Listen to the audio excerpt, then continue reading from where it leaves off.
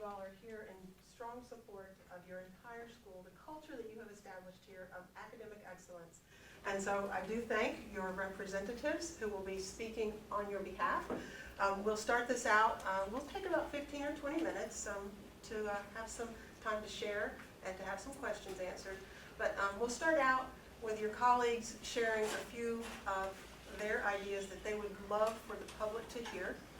Because as we know, there has been a lot of misinformation out there. And this is our chance to share what is on your hearts and your minds as dedicated educators for the students here at Westgate and in St. Lucie County. So that is the way we'll run this. And at the end, as we start wrapping up, our news reporters will have a chance to ask some questions as well. Any questions from anyone? Are we all ready to go? All right. So we did identify names for spellings and everything else for you, so it's correct. Who would like to begin sharing your thoughts? I will. I have no problem with that. Years ago, when we came up with this policy, or we were approached to use the policy of the lowest grade on a given assignment that's turned in as a 50%, I was totally opposed to it. I was like, that's crazy, it doesn't make any sense. However, during a staff meeting when we were discussing this, and it was a very loud meeting, if everybody remembers correctly, because there were so many voices being heard, and a very, very smart gentleman, a very kind gentleman who was an ESC teacher at our school, stood up and he said so quietly and just through this chaos, and he said, you know, between an A and a B, there's 10 points. Between a B and a C, there's 10 points. Between a C and a D, there's 10 points. But between a D and an F, there's 59 points. And you know, it just hit me that he was right. We had been looking at this all wrong. That a D, yes, they're passing, but an F is a failing grade no matter what, whether it's a 50 or it's a 55 or it's a 42, they're failing. And I wonder sometimes, you know, are we doing this to punish our students? Because once you give that child a couple of zeros, they can't come back from it. So we're telling them right off the bat, don't even bother the rest of the semester or the rest of the quarter, because you can't make that up. And I think my whole attitude because of Mr. Burig changed, because I realized, you know, he was absolutely right. We're looking at this the wrong way. We want to give our kids the opportunity to try again, to do better, to get back on track. And we weren't doing that. And to piggyback off of you, Nancy, the one thing that I wanted to mention was just to look at the big picture. Our main goal as educators is to educate our students, not just about the curriculum, not just about, okay, these are the rules in the classroom, but how to become a productive citizen when they go out into that world. So our job isn't to say, hey, I gotcha, here's this zero, let me penalize you. No, it's, okay, I understand things were happening, let's go back and revisit this, so maybe you didn't get the information that you needed to get, so you can move forward and understand and learn, which is our main goal, what it is we're trying to teach you to be able to move to the next step and become that productive citizen that's getting the education we're looking to give you. I wanted to speak today because I felt the need to clarify how we receive our A rating. There is a lot of stories and rumors going out there that because we give the lowest grade as a 50, that is the reason why we have an A, and we've been an A school for the majority of the time it's been open. It bothers me because I know how hard the teachers around me have worked for that A. I know how hard our students have worked for that A and our parents. And it actually has nothing to do with our grading system. Our grade book takes no part in the A that's awarded by the state. Secured testing that is graded by the state is what determines our grade. If we were passing kids that didn't deserve it, that would ultimately hurt our school grade, because what that would mean is we were sending kids to, say, 4th grade that weren't ready to go to 4th grade, that were then made to take the 4th grade FSA. They would then receive lower scores, which would lower our school grade. So it just really upsets me because I know how hard our administration, everyone has worked here to get the reputation we have and to get the grades that we have gotten for the past 15 years or 14 years. I was just going to speak on as far as the grading scale in general, and if for some reason it seems to be targeted at this school or Westgate or even this district. And if people do their research, they will find that it's not just this district, it's not just even this state. I have friends in Pennsylvania and North Carolina and other states that have this same grading system. All over, even from my grandparents, it's been 0 to 100. And for whatever reason, we keep trying to stick to that 0 to 100 rating system. And again, as she said, there is a 59-point discrepancy between the rest of the grades. You're going to go from 0 to 59, and then you're going to go, each other grade is going to be 10 points, 10 points, 10 points, 10 points. Mathematically, that doesn't make any sense if you really think of it that way. I think that it's the recommendation of giving a 50 instead of a 0 is just that, it's a recommendation. And it's recommended, most teachers take that, and as a teacher, we say, okay, what's best for the child? What can we do? Again, it's not a gotcha. It's what can we do to help the child? It's not, oh, the child didn't turn in any work, he gets a 50. There's other things. I think in reality, we have to think about how many zeros have we really given out? If you ask college, even if we could, it wouldn't be many because you get the job done. We have the kids get the job done. That's our job, is to have the kids get the job done. And 0 is very rarely even an option. But bottom line is we have a flawed grading system. A lot of things in education are flawed. We know that. As educators, we have what we have. We have a system in place, but necessarily it's not always what we feel is the best system, but it's what we have to work with. And we have to make that system make it work for the child. And this is the recommendation of that was this grading policy. Again, I want to reiterate that it's not just this school, it's not just this district, this recommendation. There's a lot of research. I think a lot of people need to go out before they start saying, oh, the 0, 0, they need to research. There's so much research out there on the grading system that we have now and how it is flawed and how it needs to be fixed. And like a lot of things in education, we have to work with what we got and we do what's best for children, period. And that's the true, issue at hand. I think my frustration more than anything is this is the outcry. This is like a huge thing, this outcry of the grading policy, but where's the outcry for the important things? Look at the funding that we don't get in education. Look at the security. There's so many other things that we really need to be tackling. I think that's what really bothers me more than anything, that this is like the outcry of, and this has been a policy or a recommendation for so many years, and now it's all of a sudden a big deal. I don't understand that. So that's my piece. And to kind of put closure to everything, and we spoke about this earlier, as a big picture, failure is not an option. A child can't say, as we spoke about, I'll take the 0. No, as educators, my job is not to say, all right, that's fine, let's move on. My job is to say, no, let's get you where you need to be. What do I need to do as a teacher to help you get the tools you need to get that done? So failure, as we've spoken about, as a school, as a district, is not an option. And consequences, I think I need to piggyback off that. It's not that if you don't do your work, oh, that's it, you're gonna get that 50 and you're off the hook, no big deal, or whatever. That's not how it works. It's not, oh, you got a 50 and you got, it's like kind of I've seen a lot of people say it's a free ride, and that's been the quotes I've seen on Facebook or whatever. That's not how it works. You get it done. There's learning lunches, there's, before school starts from 9 to 9:30, we're in the classroom, they can come and get it done then. There's ways, and usually when 99.9% of the time you reach out to a parent, they make it happen. We make it happen. It takes a village.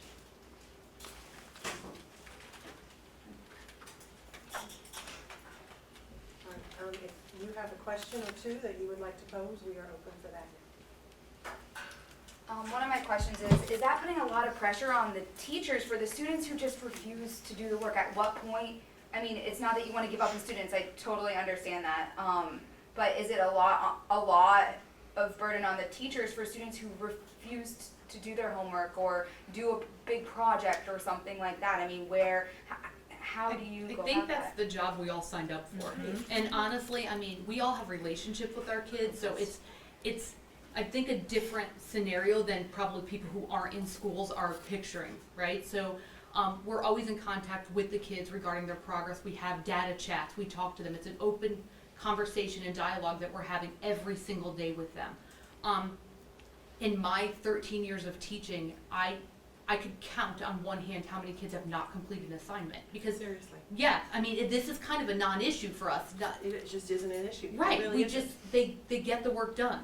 So, We nag them. yes, we have to, it's our job. That's our job. It would be easier for a lot of the kids to take a 0. Yeah. I mean, there are kids that would prefer to take the 0. That's an easy way out. Right, so it's just kind of a non-issue for us as teachers. We know that that's what we signed up for. And I was just gonna ask, as far as like the fairness for a student who puts in the work, does the project, but maybe they just don't necessarily, they don't have all the information, or they just didn't do the project as well as they could have, and they get a 50%, let's say, on a project that they did, versus somebody who maybe didn't turn the project in and still gets a 50%. I think that's where I think people on, at least a lot of what I saw on Facebook, some of the comments was, people were saying, the kid who tried should at least, and I think that's probably where this policy or recommendation came in, for the kids who are trying, who may not be able to get an A, but they're still trying. But then you also have, like we were mentioning. Well, both grades would be an F, right? So if technically, I mean, they would both end up with an F. But the kid trying, you're saying that tries the And hardest, the what do you kids do who's for the trying kid? to do the Yeah. project versus not doing the project. I've you know done what I mean? projects with kids in my class, right? So I know that kids don't have the means of doing it at home, and I've said, honey, bring it in, we'll do it together, and we'll get it done. And they wouldn't be getting the F. They Right, wouldn't be right. getting the 50.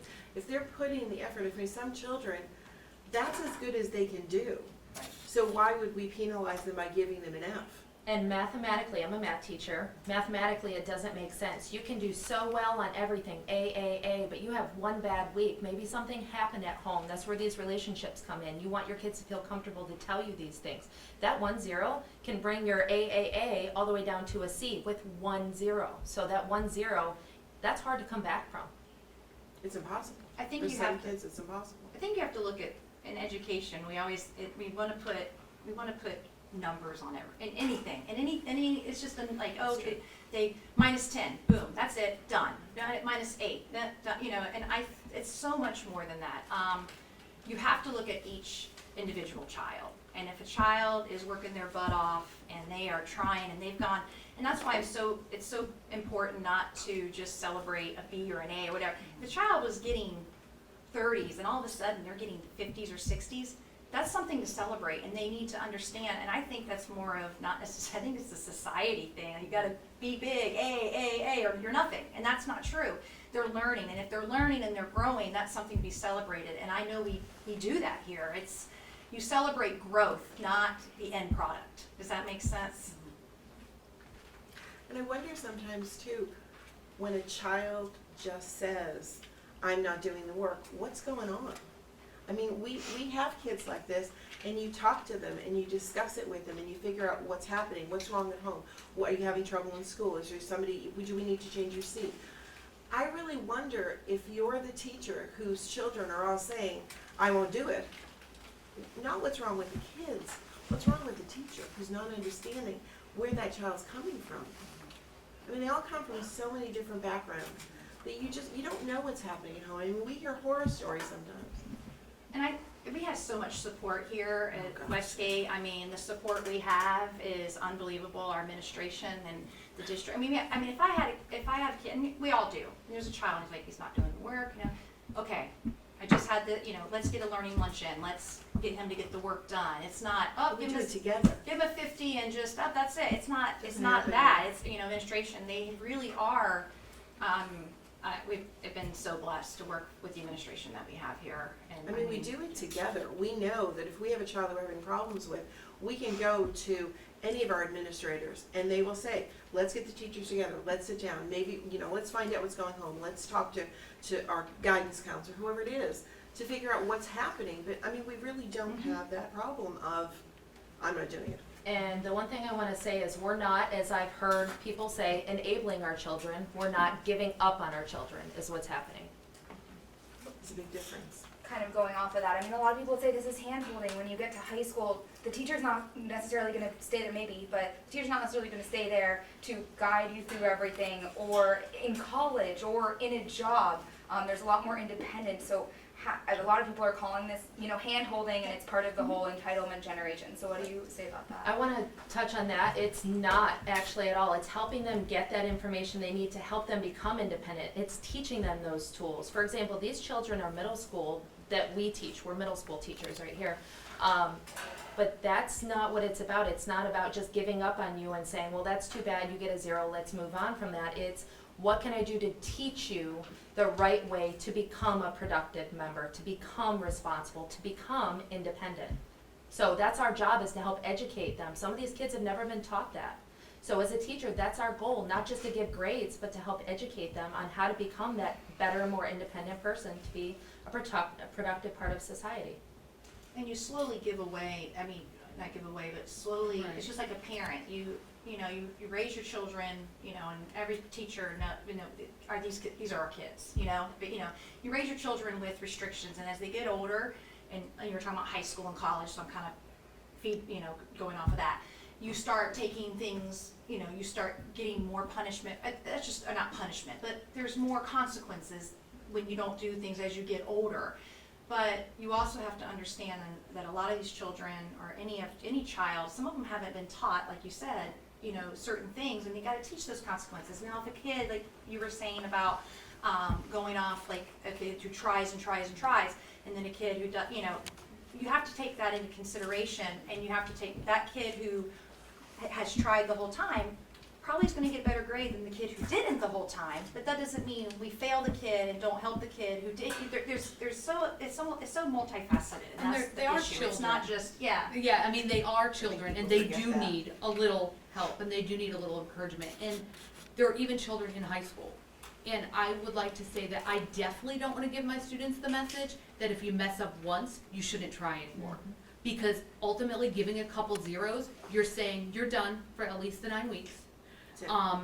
So there's no point of working in this class. I want to constantly, I spend my whole day building those kids up. Oh, look, you have a 50 instead of a 49, you made growth. Yeah. And if we're just giving flat out zeros, they're not getting any feedback from that. They're not seeing any light at the end of the tunnel. They have no reason to keep trying. So that's what we're here to do, is to show them that they can keep growing. And I hope they learn that message, that in college when they get there, if they mess up their first assignment, they could do better again next time. And can I say, to briefly add on to what you said, I taught high school for 10 years. At the high school level, I've given those zeros that you speak of, and you know what? I see a big difference between that and now with the research using the case against the 0, which is something that everyone should look at. That's a really good article. But the whole point of that is I see a difference between those students that had those zeros versus now. Some of those, I saw that defeat. I saw them give up, versus these kids that they're like, all right, I have something to work for. I have something to get I better can still for. fix this. Right, and it's very different. But it's You not see- the kid that's not doing nothing. Right. It's the, you know, the kid, we make them do it. It's not an option. Does that make It's sense? not. It's not an option. If you're not, you know, and if that comes down to that, that's when we get the administration involved and we try to work out a reason. It's not, okay, you get a 50 for doing nothing.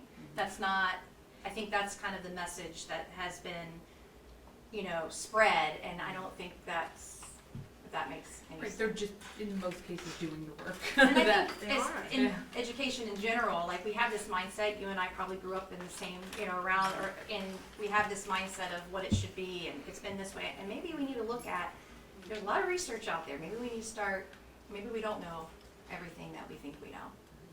You know what I mean? Education's ongoing. Yeah.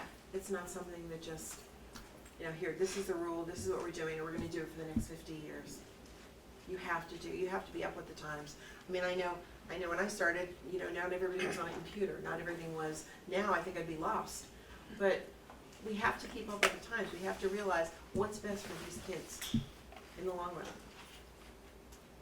Do you think the national, I mean, the fact that it's just spread so far shows though that there's a lot of frustration with this kind of mentality? I think it's a very new concept for people.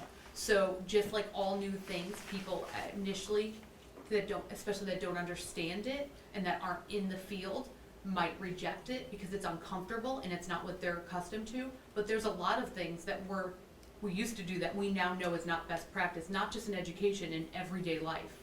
And there is gonna be that adjustment period, but I think if people spent just even 10 minutes just kind of working with numbers or doing a little research, they could fully understand why this is the case in this school and many other schools. And that's our goal, that's why we're sitting up here today, because we wanna educate the public on what's really going on, not just a one-sided comment, but necessarily, we want them to see the whole picture. We want them to see what's truly going on and the positive sides to that.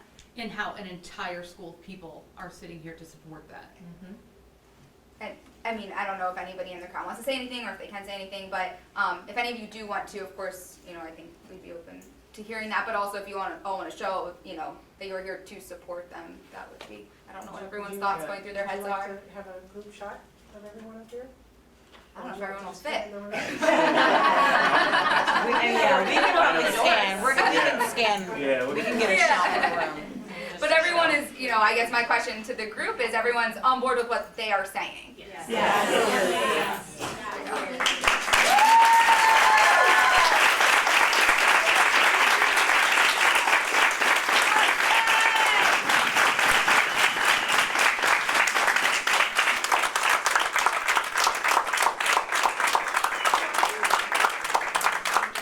I do thank you, and I truly appreciate the fact that you have given us time. I cannot remember a time in my 30 years that I've been more proud to be an educator in this room full of people who are deeply committed to children. Thank you so much, and thank you.